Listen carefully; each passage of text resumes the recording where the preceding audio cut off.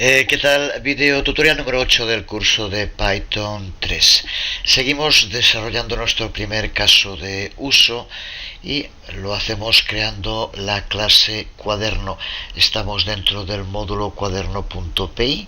Hemos desarrollado en el anterior video tutorial la clase nota. Vamos ahora a desarrollar la clase cuaderno. Así que empezamos por definir la clase y por añadir el docstring. Docstring que debe resumir de modo claro lo que va a hacer esta clase. Va a representar una colección de notas que pueden ser etiquetadas, modificadas y a través de las cuales se puede buscar. Empezamos a desarrollar sus contenidos y si recuerdas en el modelado que hicimos indicábamos que lo primero que va a tener que contener es una lista con las notas, así que vamos a crear el método init y dentro de él incluiremos esa lista. Docstring que indica que justo lo único que va a contener es inicializar el cuaderno con una lista vacía. E inicializamos esa lista a la que vamos a llamar notas. Y ahora vamos a ir añadiendo los métodos que ya indicábamos también en el modelo. Decíamos que tenía que tener un método para añadir nuevas notas, el método nueva nota, el método modificar memo para poder modificar las notas, el método modificar tags, aquí para diferenciar entre el contenido y el tag, en lugar de nota le llamamos por eso modificar memo y modificar tags, y un último método al que vamos a llamar search, que será el que utilizaremos para buscar. Así que vamos allá y empezamos creando. Vamos a definir y desarrollar el método nueva nota. Con un docstring claro y conciso crea una nueva nota y la añade a la lista notas que se inicia con la creación de un objeto, como ya sabemos. Y a continuación el contenido muy sencillo, en el que, como vemos, usamos el método append para añadir dentro de la lista notas el contenido que se pase, tanto memo como tags. Seguimos creando el método modificar memo, que como vemos vamos a tener que pasarle la id de una nota y el memo, que será el contenido nuevo por el que va a ser modificado el que ya tenga. Añadimos de nuevo el docstring para empezar, en el que indicamos eso, que encuentra la nota con la id que se le haya indicado y cambia el memo, que recuerda que hacemos referencia al contenido de la nota, con el valor que se le pase. Y lo hacemos mediante el uso de un loop for, que aquí vemos escrito y que, como vemos, por cada nota que se encuentre en la lista notas va a llevar a cabo una búsqueda que realizamos mediante un condicional. Va a ir comprobando en todas las notas que se encuentren en la lista notas y busca que tenga una id que sea igual a la id que le estamos pasando. En cuanto la encuentre, por tanto, cuando se cumpla el if, entonces lo que hará es convertir el memo que le hayamos pasado en el contenido que tenga nota memo, simplemente con esto.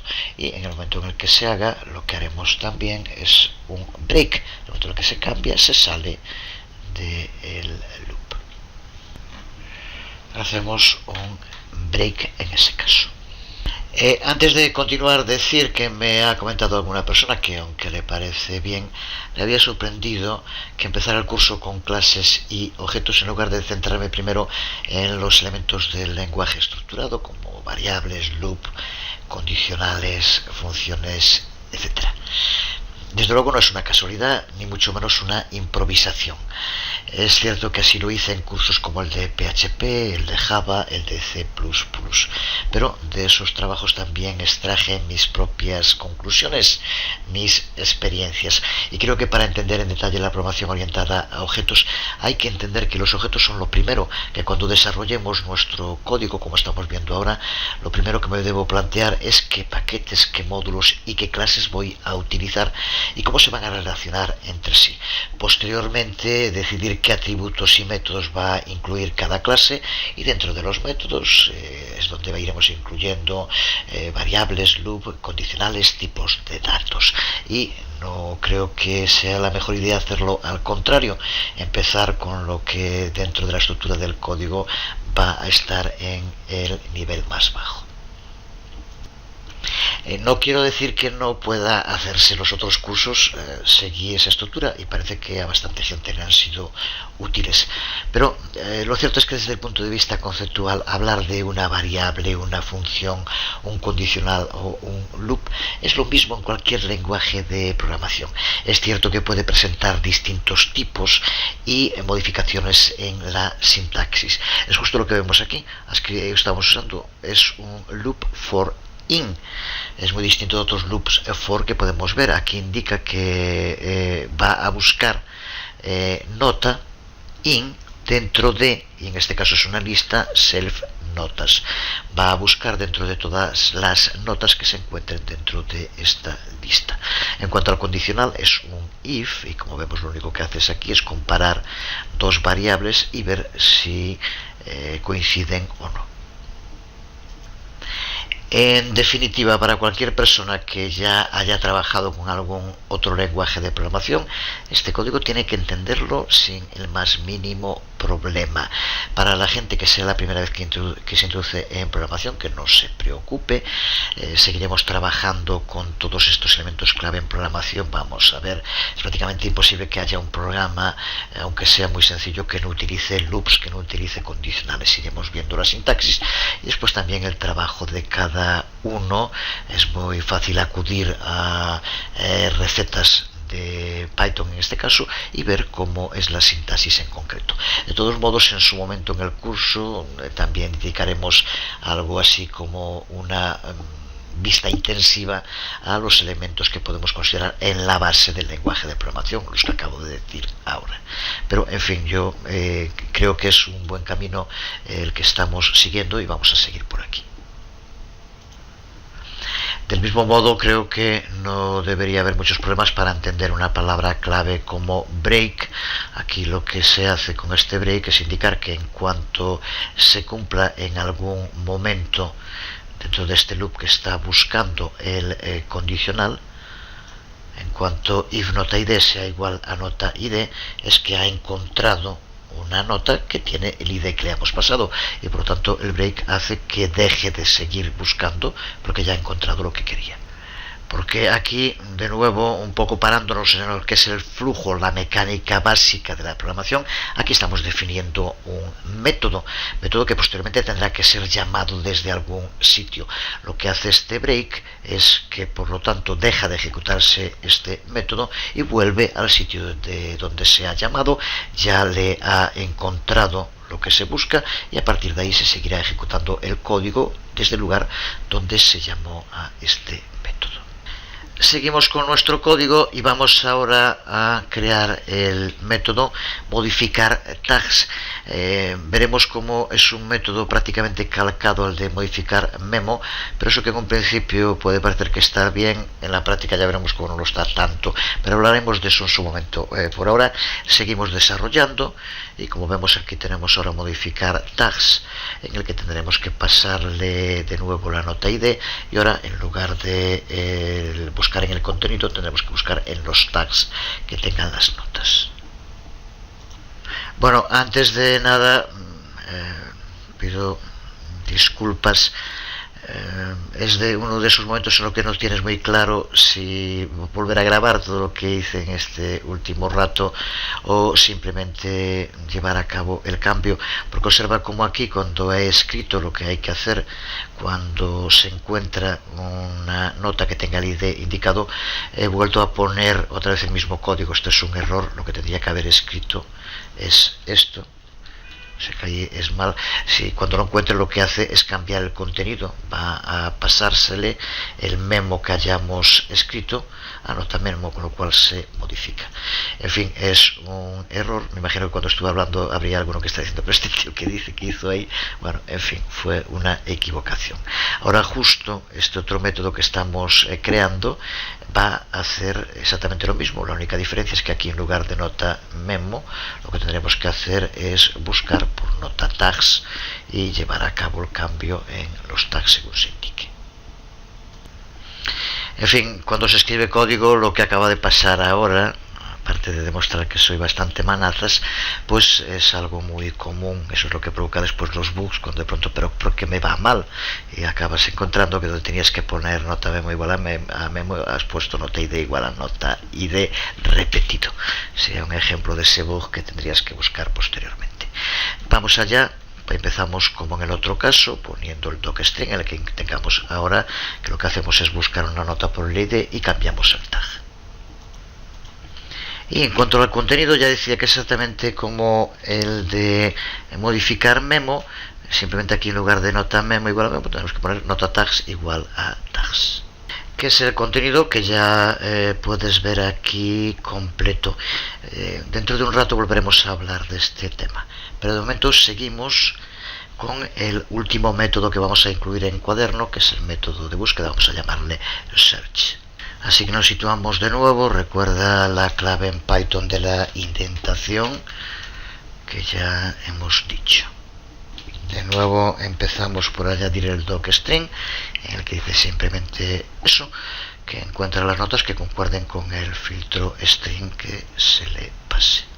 Y en cuanto a su contenido, que se limita a un return, lo que va a hacer es devolvernos las notas que se encuentren.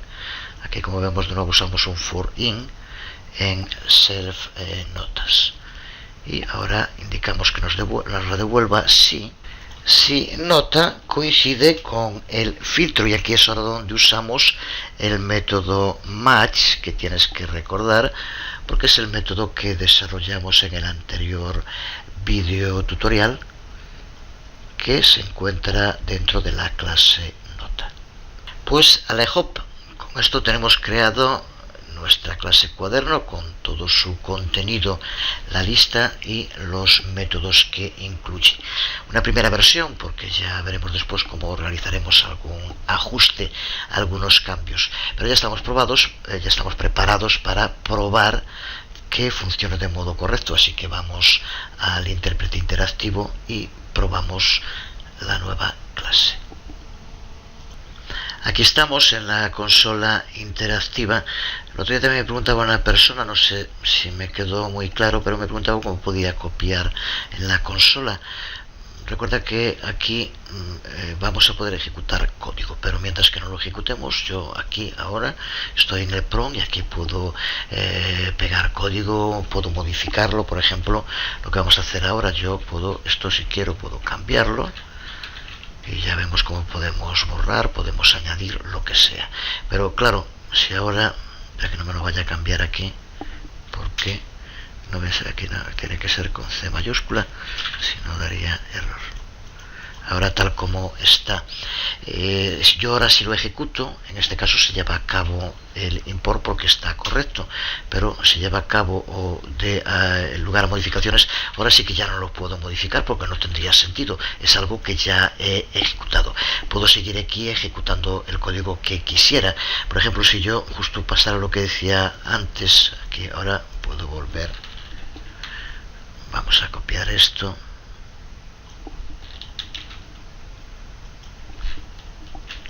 Aquí lo tenemos. Si yo aquí pongo, por ejemplo, esto sí que está mal y por lo tanto nos va a devolver un error, pero no hay ningún problema. Esto ya no lo puedo cambiar, es cierto, porque ya se ha ejecutado el código, pero puedo seguir aquí ahora poniendo lo que quiera. Puedo volver a ponerlo ahora de modo correcto, como está, y lo ejecuto y sigo para adelante. El código que se vaya ejecutando, desde luego, ya no puede cambiarse porque no tendría sentido. Es algo que ya ha sido procesado. Así que, en fin, esto creo que queda claro. Voy a abrir otra consola, pero para empezar empezamos así, como hicimos en el otro. Vamos a importar del módulo cuaderno las dos clases nota y cuaderno. Podríamos seguir perfectamente desde la otra consola, pero ya digo, simplemente en el vídeo tutorial para que vaya quedando claro. Ahora aquí ya podemos utilizar las dos clases. Vamos ahora a probar el funcionamiento de los distintos métodos que hemos añadido en cuaderno. Ahora, antes de ir poniendo el código, voy a decir lo que voy a hacer y puedes, si quieres, parar el vídeo tutorial e intentar hacerlo tú. Lo primero que vamos a hacer es crear un objeto de la clase cuaderno. Para, si quieres crearlo, si no yo lo diré, puedes parar en ese momento el vídeo tutorial, hacerlo tú. Yo ahora lo iré haciendo. Desde luego que esta es facilita. Con esto simplemente ya hemos creado un objeto de la clase cuaderno que tenemos almacenado en C. Vamos ahora a crear un par de notas usando el método nueva nota que acabamos de desarrollar dentro de nuestra clase cuaderno. Así que también puedes parar y hacerlo si quieres, muy sencillo. Pásale solamente el memo. De momento no vamos a trabajar con tags. Desde luego también muy sencillo, sintaxis de punto, simplemente indicar el objeto, la sintaxis de punto, el método y ahora los parámetros. En este caso, como decíamos, le pasamos el string para el memo, con lo cual ya hemos creado una nota. Vamos a crear otra. Podemos simplemente, voy a hacerlo así, voy a poner aquí vídeo tutorial número 9 y ya hemos creado dos notas.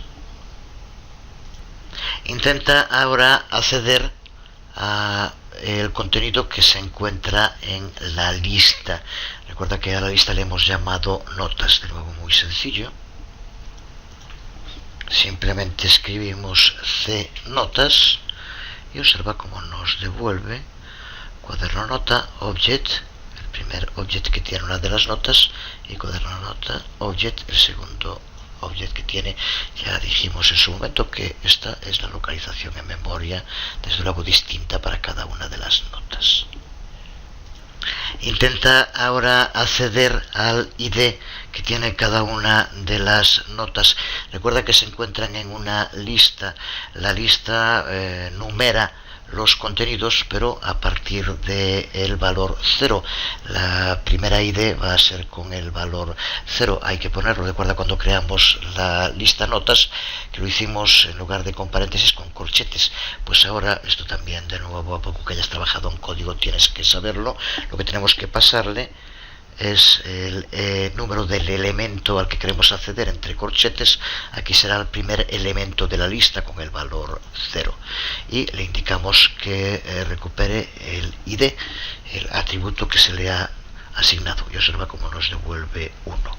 Desde luego, más sencillo imposible. Hazlo para el otro, aunque en fin, yo creo que ya está más que claro. Simplemente cambia aquí 0 por 1. En este caso copiar sí que podemos y simplemente añade aquí un 1 y ahora nos devuelve el ID, que es 2.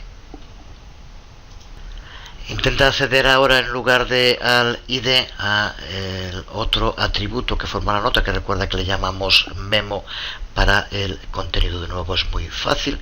Si quieres hacerlo por tu cuenta, apaga, si no, pues simplemente lo vemos aquí. Lo único que vamos a tener que hacer es cambiar ID por memo y observa cómo nos devuelve el memo, que está en 0. Desde luego no vamos a hacerlo. Si aquí pones 1, pues te devolvería el otro, que en este caso es este de aquí. Así que, por lo tanto, como vemos, está todo funcionando de modo correcto, al menos de momento. Intenta ahora probar con el método search. a ver cómo hacemos para buscar. Seguimos con una sintaxis que ya tiene que serte familiar, simplemente C, la sintaxis de punto search, y como parámetro le indicamos lo que queremos que busque, el filtro. Aquí pongo 8, que se encuentra solo en la primera de las notas que creamos al pulsar. Observa como aquí nos indica que se encuentra en el object, en este lugar de memoria, que coincide con el que aquí nos devolvió antes. Puedes seguir llevando a cabo pruebas, hazlo por ejemplo con un término que aparezca en los dos, ninguno, lo que quieras, vete un poco probando, aunque de momento la clave es para ver que está funcionando bien la clase y los objetos de la clase que queremos con todos sus métodos. Terminamos estas pruebas probando el método modificar, así que de nuevo también intenta hacerlo por tu cuenta, yo lo voy a hacer aquí. Observa cómo usamos el método modificar memo. Le tenemos que pasar una id 1, que recuerda que va a coincidir con el elemento 0 dentro de la lista, y lo que queremos que sea el nuevo memo. Simplemente lo que vamos a hacer aquí es modificar el valor que tiene ahora de 8, vamos a poner 10, en fin, lo que quieras, pero llevamos a cabo el cambio. Se ha hecho y ahora lo vamos a comprobar accediendo al atributo memo. Recuerda que ahora lo que tenemos que pasar es el número del elemento en la lista, que en este caso es 0 para el que acabamos de cambiar, y observa cómo nos devuelve exactamente lo que acabamos de poner, videotutorial número 10. Así que nuestra clase está funcionando bien, podemos seguir adelante. Todo funciona correctamente en nuestro módulo, pero cualquier programador un poco experimentado, cuando viera este código, te indicaría que le parece que tiene alguna cosa bastante confusa que habría que modificar. Fundamentalmente en lo que ya comentábamos antes, que este método modificar tags y este método modificar memo son prácticamente iguales. Es cierto que aquí solamente ocurre 2 veces y por tanto tampoco es que sea una gran ventaja, pero imagínate que en un programa mucho más amplio lo que aquí ocurre, que se intenta identificar una nota a través del ID, lo hiciéramos en muchísimos sitios, cosa que con un programa completo muy probablemente ocurriría. Pues sería una pérdida de tiempo y sería también un aumento considerable en el número de código de nuestra aplicación estar en cada uno de los casos llevando a cabo esta comparación en cada uno de los métodos. Es mucho mejor añadir un método que ya haga este proceso de localizar la nota con una ID específica y posteriormente utilizar en cada uno de los lugares donde se quiera identificar la nota por ID una llamada a ese método sin más. Así que vamos a añadir dentro de la clase cuaderno un nuevo método que servirá para localizar la nota a través de un ID específico. Pero ahora esto nos va a servir también para practicar con otra de las cosas que ya vimos, que es el modo en el que Python determina quién puede y no puede acceder a los datos. Así que vamos a prefijar el nombre del método con un subrayado. Recuerda que eso es una advertencia, no va más allá, pero es una sugerencia de que ese método solo debe ser para uso interno, pero desde luego no impide que cualquier otro elemento, por ejemplo posteriormente nuestra interface menú, pueda acceder al método si quiere.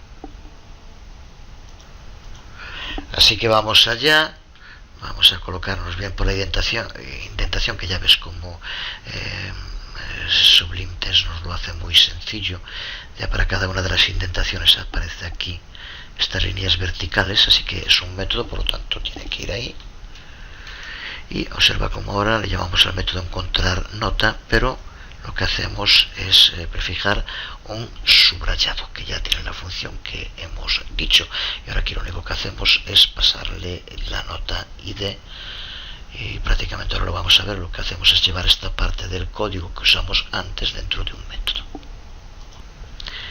Empezamos como siempre con el docstring. Ya vemos como de nuevo también normalmente ya indenta bien el propio Sublime Text. límites y indicamos simplemente eso, que va a localizar la nota con la ID dada. Y ahora en el contenido, ya digo, prácticamente repetimos lo que habíamos puesto arriba. Vamos a incluir un loop for in para que busque por nota en notas. Y la búsqueda va a ser el condicional, que nota ID sea igual a nota ID. Esto, en fin, ya lo que hacíamos aquí antes, así que no tiene nada que explicar. Y a continuación lo que hacemos aquí es que devuelva la nota que ha encontrado, porque recuerda que después lo que se va a hacer con esa nota encontrada va a variar. En un sitio va a ser para modificar el tag, en el otro va a ser para modificar el memo. Así que con esto lo que tenemos es la parte que solo llamando al método va a recuperar la nota que tenga esa ID. Y añadimos por último dentro del método qué es lo que tiene que hacer si no encuentra ninguna nota que tenga esa ID. Entonces hacemos que devuelva none, con lo cual se indica que no ha encontrado ninguna respuesta a la petición, ninguna nota que tenga la ID que le hemos pasado en definitiva.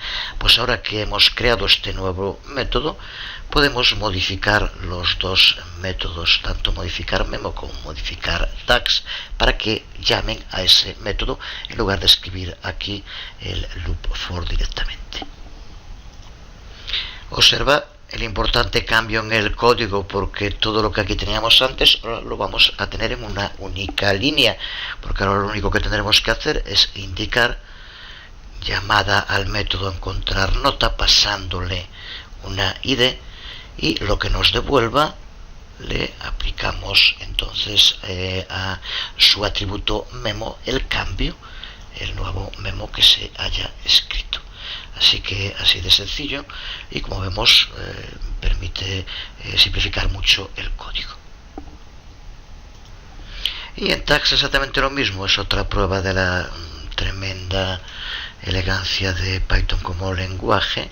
Aquí lo único que vamos a tener que cambiar es el atributo. Indicamos aquí tags igual a tags, que será lo que se le haya pasado, y se modificará. Hemos visto cómo un método se ha reducido a una única declaración de una forma rapidísima. Ya digo que aquí, que se hacen dos métodos, pues a lo mejor no era tan importante, pero ahora imagínate que solo quisieras usar en decenas de sitios, tenerlo concentrado. Incluso recuerda que posteriormente, si quieres llevar a cabo cambios, si tienes el código escrito en 1000 sitios, tienes que ir a cada sitio cambiándolo. Si lo tienes en un método que se llama desde muchos sitios, con cambiar el método ya se cambia en todos los sitios desde los que se llama. En fin, creo que claro.